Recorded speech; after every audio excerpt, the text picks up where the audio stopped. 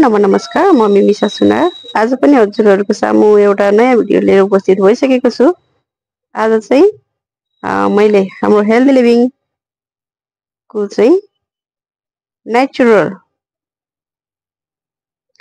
Pill of mask यो चाहिँ मैले युज गरेको छु।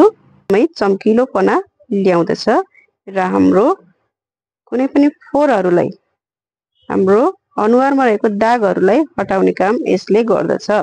यो पिल अफ मास्क एकदमै राम्रो छ, हजुरहरूले पनि युज गर्न सक्नुहुनेछ।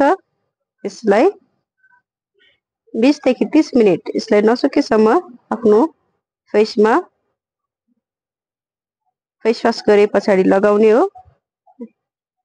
र यो लगाउन एकदम सजिलो पनि छ। ल अप्लाई गरेर उहाँको करिबन अब सुक्न लागिसकेको छ र हजुरहरूले देख्न सक्नुहुन्छ यसको रिजल्ट। म एकछिनपछि हजुरलाई देखाउने छु, हेर्नु होला।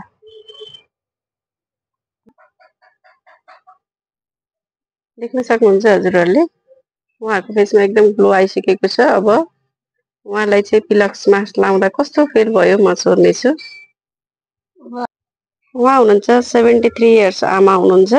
हजुरलाई कस्तो लाग्यो आज पिलक्स मास्क लाउँदाखेरि? राम्रो छ, राम्रो राम्रो राम्रो राम्रो।